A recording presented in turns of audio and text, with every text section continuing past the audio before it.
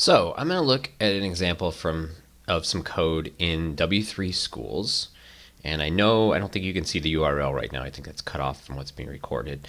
But you can get to this by just go to Google W3 Schools and come to this JSON PHP. So we're going to take a look at this application right here. That is the JavaScript. So this is the client side that is sending a request to demofile.php, okay, which we're going to see in a minute is up here. That's what we're going to focus on. But for the moment, we're just going to look that this is sending a request to demofile.php, and then it's getting back whatever's coming back, and it's parsing that JSON right here. So it's basically putting it into a JavaScript object, and then it's just sticking whatever it got back in the page. It's looking at that object, and it should be getting back something with the word name in it. And you'll see up here that it's basically going to be getting back the name John, the age 30, and the city of New York. So it's getting back a JSON object with those three pieces of information, and it's just going to display the name. So that's what this is doing. So I'll show you this code here. And so let's zoom in just a little bit here. So this is sending the request, and then once it gets, this is sending the request, and once the response comes back, it gets the response and parses it, gets a hold of the name, and puts that name into this demo element, which is right up there. Okay, so this is just like using a div. It's a paragraph. So it's just sticking the response right in there. And that's exactly what you can see has happened over here. So it sent the request, got the response. The response was John, the name John that it's getting right here, and then it's inserting that name John into this paragraph right up here. So that ends up right there. So that's what, again, from the client's perspective, that's what it's doing. So now I want to look at what is the server actually doing to generate that name John that's coming back. So if we go back to this file, this PHP file up here is actually the PHP file that's at demofile.php.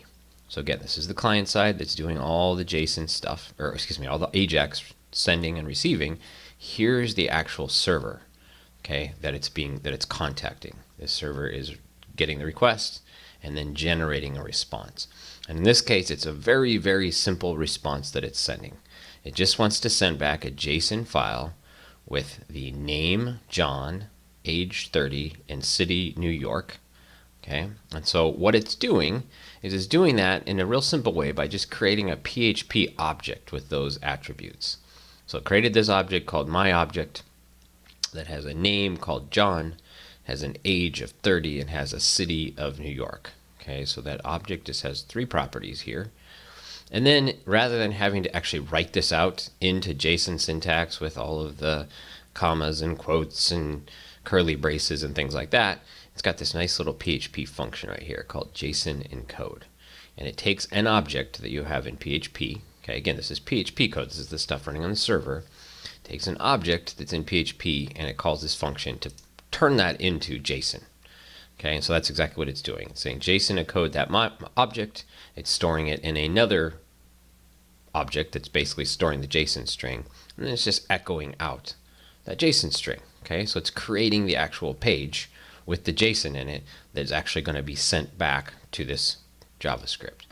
And if I come in here, you can actually see what that ends up looking like. So when this runs, creates this object, it encodes it and puts it in my JSON and echoes my JSON, this is what it ends up looking like. So there's the actual JSON file that's going to be sent back. Now, you could have actually just generated this dynamically. So, echoed out name, echo out whatever the person's name is, echo age, echo this, and echo all the braces, all the quotes and everything, and that would be fine.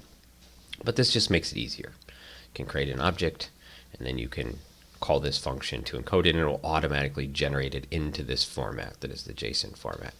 And again, then that's actually what's getting sent back to the client. So it's literally this PHP script is running, echoing this out, and that file right there is what goes back to the JSON client, to the AJAX client. So if we again come back and watch this one more time, hopefully this makes sense that we're sending a request to demofile.php, which is that right there.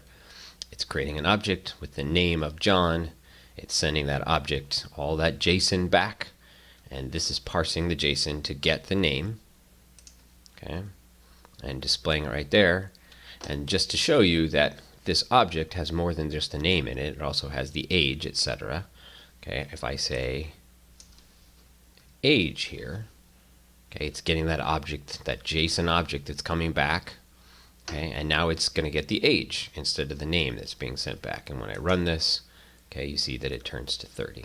And we know that's correct because we've seen the PHP code that set the age as 30. Obviously, if I get the city, it would get New York and display that. So I hope that this example will be very helpful for two things. Number one, you can now kind of see what the server is doing and realize that really it's doing something simple. It's just generating some simple JSON, right? And it can do it by just writing all the JSON out directly, or it can do it by doing some little tricks like calling this function and making it a little easier. But that's all the server is doing. It's receiving a request, generating some JSON and sending it back. So number one, I want you to just understand that. And number two, this example is a very good example for the project that you're going to be doing for your homework.